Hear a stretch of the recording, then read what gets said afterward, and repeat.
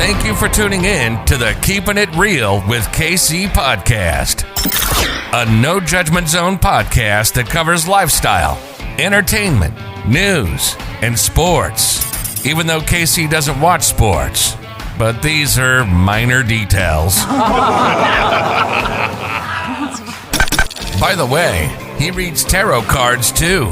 Yes, I really mean it. He reads tarot cards too. And now, the host you've tuned in for, KC Phoenix. Welcome to the Keeping It Real with KC podcast. Again, thank you so much for tuning in. For those who are listening to the podcast, for those who are watching, yes, I'm on video right now as well. I told you that I would do some more videos now that Spotify has this new thing where people can upload videos. Some of my podcast episodes will actually be videos again. More for, which is exclusive to the Spotify listeners. So if you're listening to this on Spotify, it should give you the option to watch this on video or to listen to just the audio. Usually with podcasting, people just want to listen to the audio, but I'm putting the video out there just to put it out on the Spotify platform as well. And I can take this and just throw it up on YouTube too. But anyways, oh yeah, you know what, my usual spill, I hadn't even went there yet.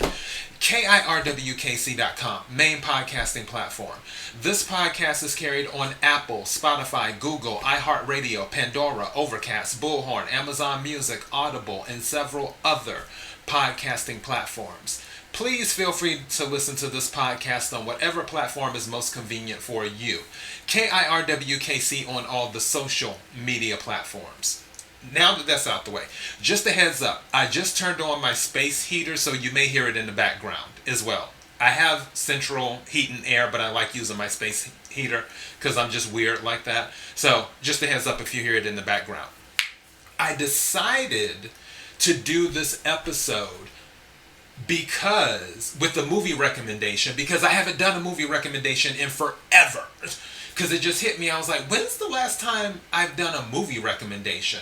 So I was already planning to do my daily thought, and one of my favorite movies, and I have a lot of favorite movies, and I've also seen a lot of movies too.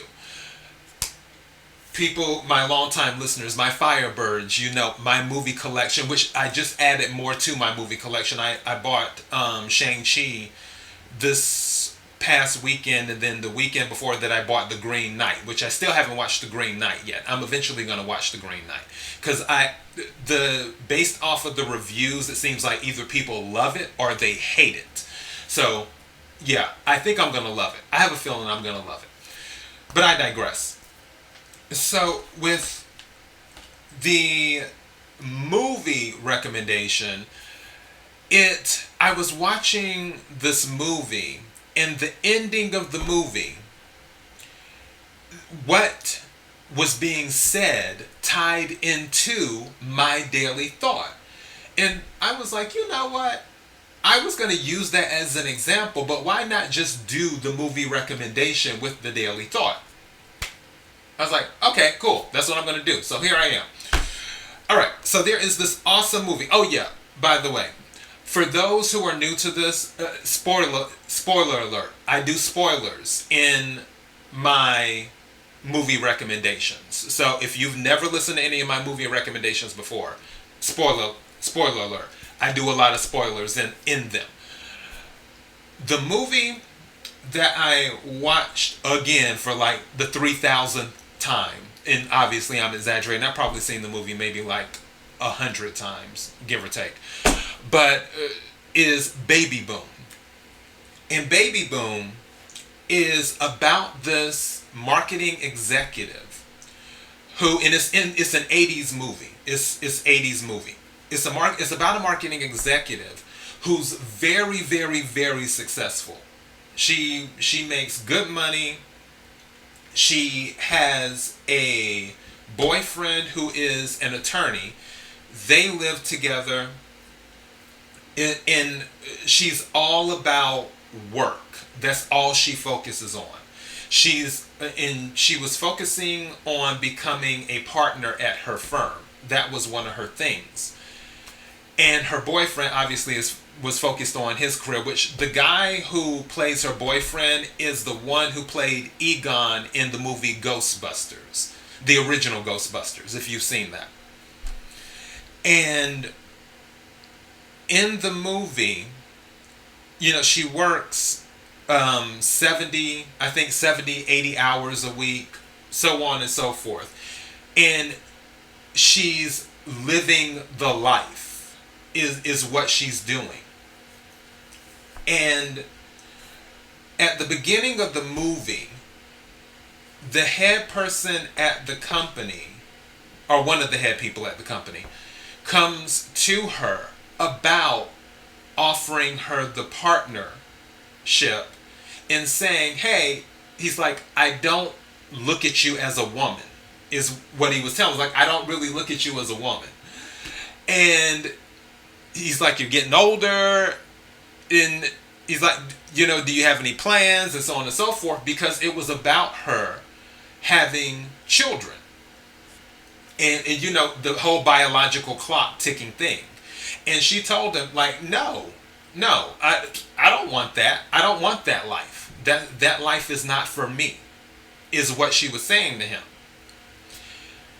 And because he was telling her, you work all these hours now, it's going to be even more hours if you become partner with the company in whatever. And she was explaining, she's like, I can do it. Also, her nickname was Tiger Lady. That's what they called her, the Tiger Lady. Because she was very aggressive. She got the job done. And one of her cousins, long down the line, passed away. That she hadn't had contact with for years and years and years and years. And her family is well off. So she received a call late in the middle of the night from the UK and saying, hey, we need to meet up with you because your cousin left you something. And she was like, all right. So she meets the person at the airport, and the person hands her the documents. And she signs the documents without reading them. And she's like, okay, so what did I get? And then the person who also had a baby with her hands her the baby. And she's like, wait, what? Your cousin has put you as the guardian of the daughter, is what's happened. That was in the will. And that's what she signed for, was for the baby. So she goes ahead and eventually takes the baby. It turns her life upside down. Because she's not used to this. She was a woman in a relationship where her and her boyfriend, they lived together. They were focused on their careers. They did not want children at all. They did not want children. And now she has this baby. Her boyfriend read over the contract, and he said, there is an out. You can put the baby up for adoption. She went to go put the baby up for adoption, and the people that the baby was about to go to, she didn't like the people. So she turned around and came back and got the baby and decided to keep the baby. Is what she decided to do. And then she started adjusting to having a baby in her life. But as she was doing that, her work product was suffering a little bit because she was still in the process of adjusting. She had never been a mother before. She had never dealt with kids before. And one of the guys at the company that she trained, by the way, was attempting to move up and sort of take her place. And a major account that she helped land right as she had adopted the baby, or right as she signed to take custody of the child. The guy she trained ended up getting that account.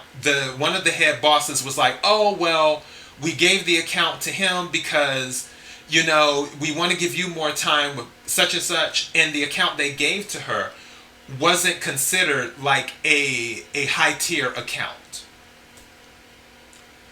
So she's like, "No, I want my old account back that I helped you land." Or either, I can't tell people that I'm the head of this new account that you gave me now. And then the boss was like, "Well, you got to do what you got to do."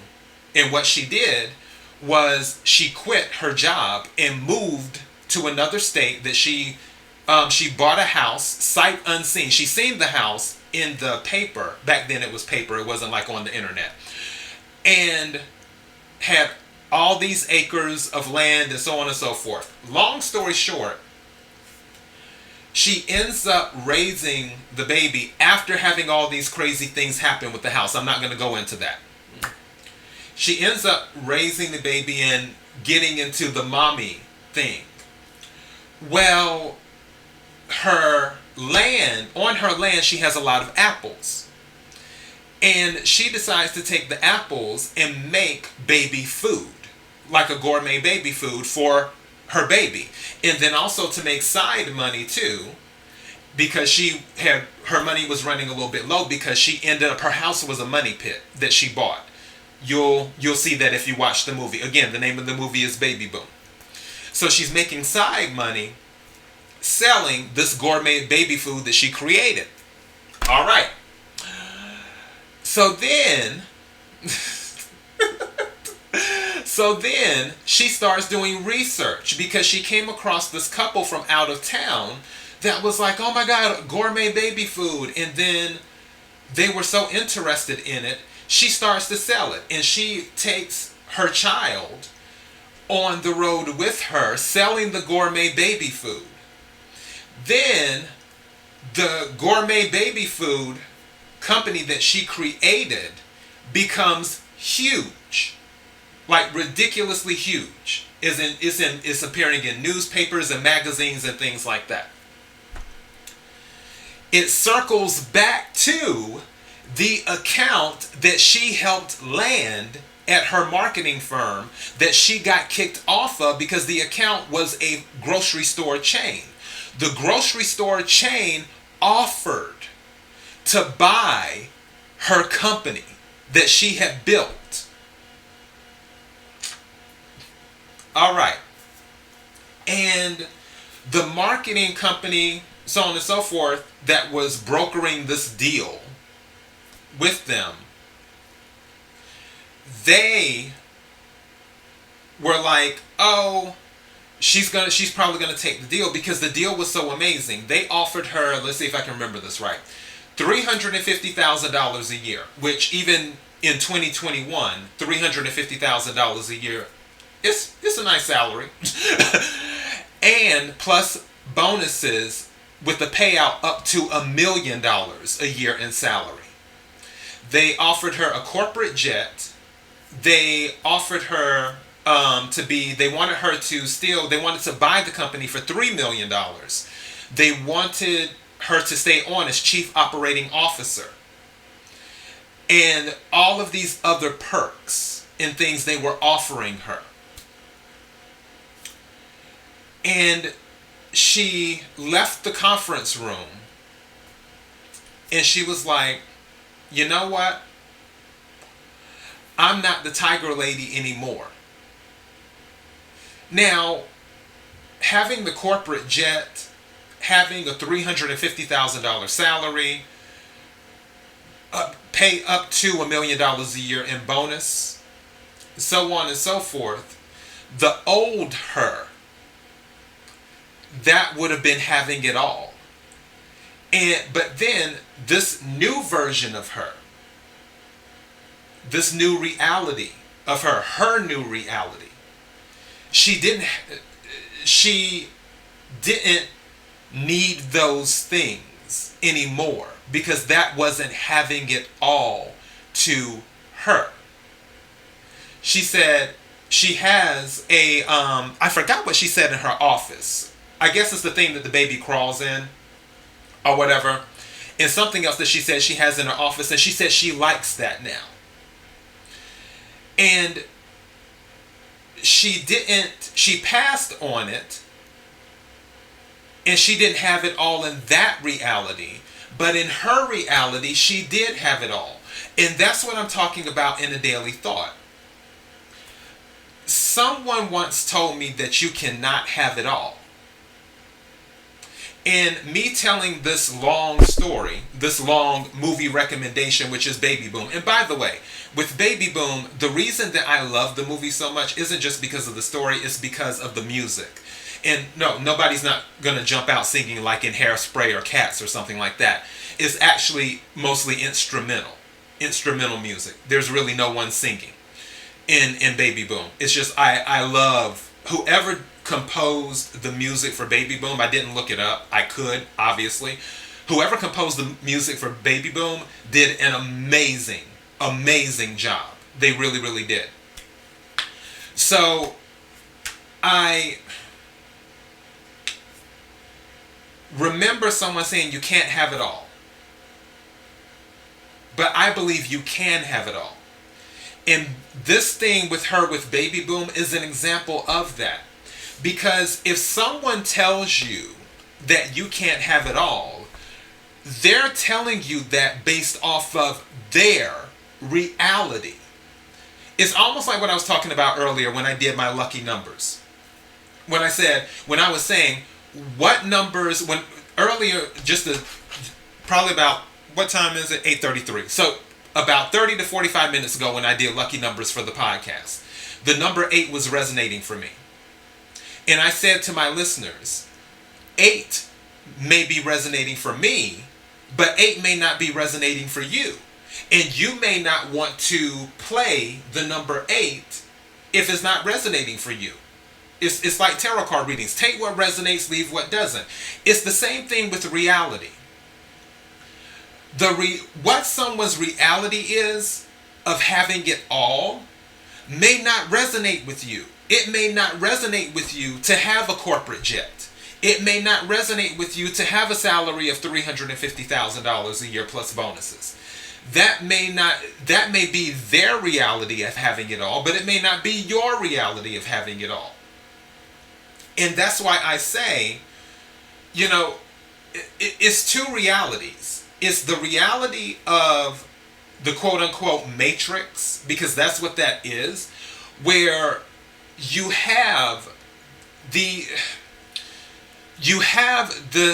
I don't want to say expectation. That's not the word. Universe, can I have some backup here? You have, I'm waiting to get the right sentence. You have this concept. Thank you. You have this concept, overall concept, through the collective that is pushed, or there is an attempt to push into people's minds what having it all is. You have this concept, but we're all individuals. For example, to this day, cheesecake is my favorite dessert. And to this day, I still feel cheesecake is the best dessert ever. I've had many different desserts. Cheesecake is my number one. Red velvet cake might be number 2. But cheesecake is my number one. I know people who do not like cheesecake. They don't like cheesecake. It just doesn't work for them. They don't like the taste of it. I know people who don't like macaroni and cheese. So on and so forth. I know people who don't like seafood. I know people who love seafood. Different realities. It's the same thing with having it all. For me, a world without cheesecake, I wouldn't have it all. But another person, they're like, oh, cheesecake disappears off the face of the earth. Okay, that's fine, whatever. They would still be able to have it all. It's all about what your reality is. So if someone ever tells you that you can't have it all, don't listen to it. It's not true. I'm telling you that you can. You can have it all. You may have to work for it, like all things in life. Don't expect things to just be given to you, which can be a problem at times. But we're not going to go there. That's a daily thought for another day. But when it comes to having it all, it depends on what your reality is. Having a 1-bedroom apartment with a couple of dollars in your bank account and food in your refrigerator and, a car that runs and a happy relationship might be having it all for somebody. For another person, it might be having an 8-bedroom house with 5 kids with $1 million salary and access to a helicopter and able to take vacations and so on and so forth.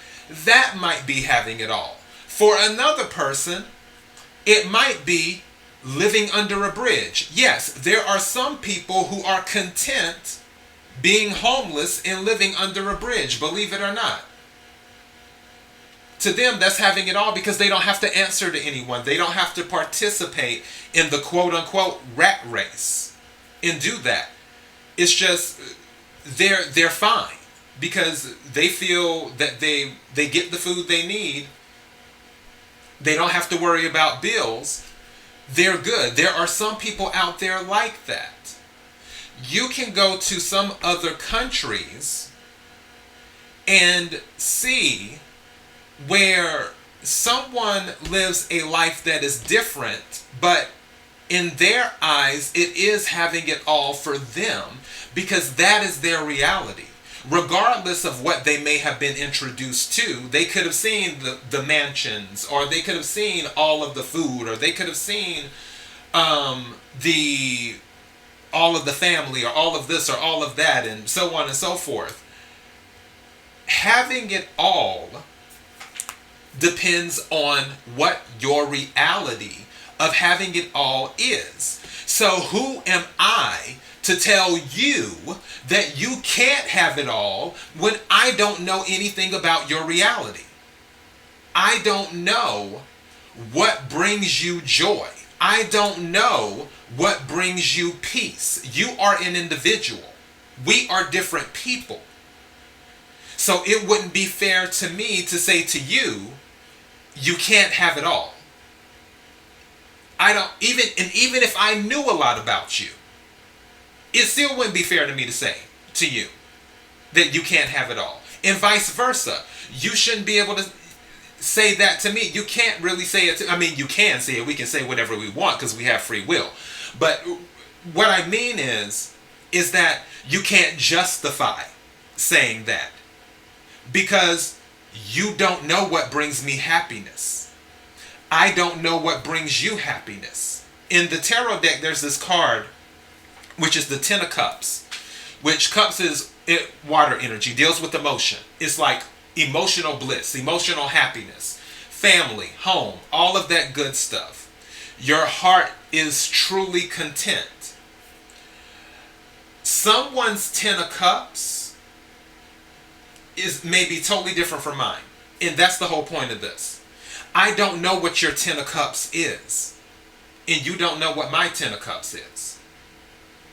Don't ever let anyone convince you that you can't have your Ten of Cups. Because I'm telling you that you can.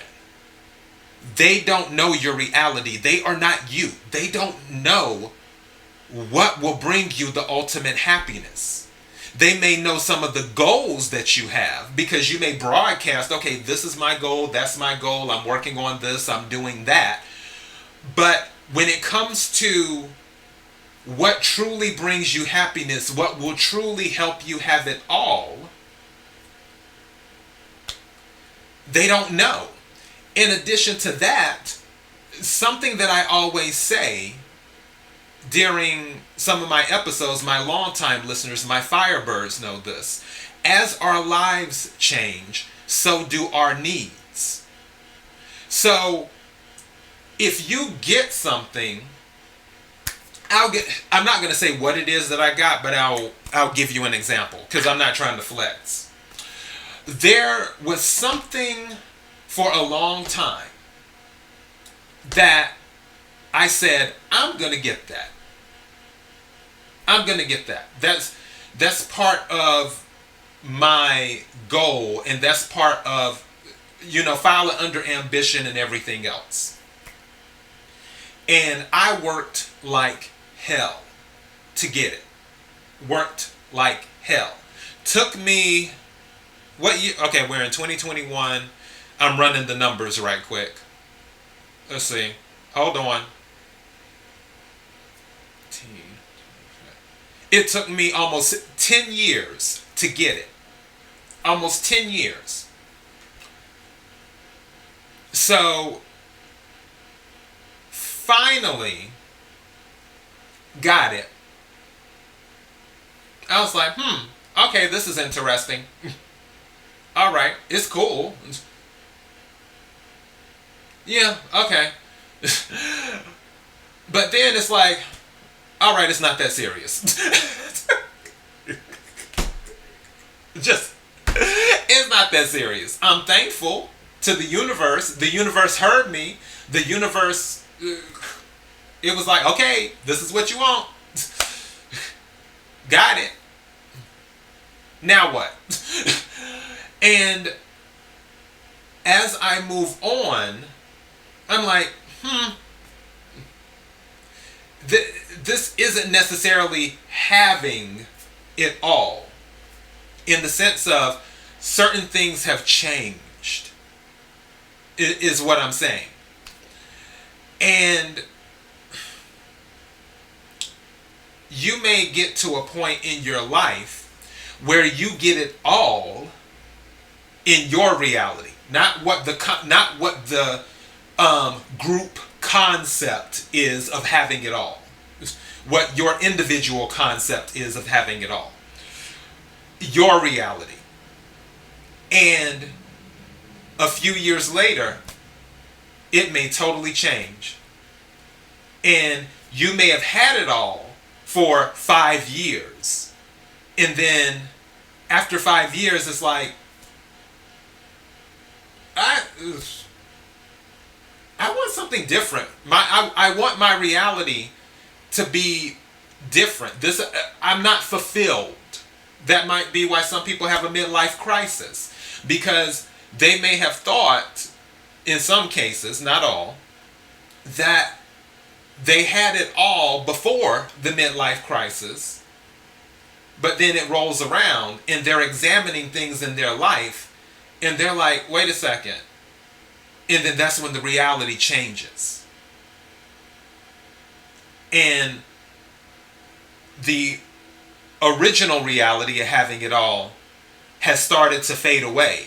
And now there's a new reality, a new individual concept of having it all. And that person has to figure out, will I be able to transition to this new individual concept, not group concept? Because again, having it all right now on the group concept level, which is what's pushed out to us, is different than the individual concept level. So as you're transitioning to a different reality of having it all, things change. But that's why someone cannot say to you and justify it by saying you can't have it all. That's not true. Because having it all is different for everyone. We are all different people. We are all individuals. Yeah, for the group concept of having it all, you might be able to pick little things from it, but on an individual concept level of having it all, it has to be custom made and tailor made for you. And you know better than me or your mother or your father or your auntie or your cousin or your uncle or your grandfather or your grandmother or your best friend or your boss at work or the stranger on the street or whoever. You know better than anybody could ever know what is having it all for you. What your reality is of having it all. And whatever your reality is of having it all, your reality, that's the one that you can achieve. Anything is possible for your reality, not the group concept reality, your reality of having it all. And that is my daily thought. KIRWKC.com, main podcasting platform. This podcast is carried on Apple, Spotify, Google, iHeartRadio, Pandora, Overcast, Bullhorn, Amazon Music, Audible, and several other podcasting platforms. Please feel free to listen to this podcast on whatever platform is most convenient for you. KIRWKC on all the social media platforms. Until next time, be blessed.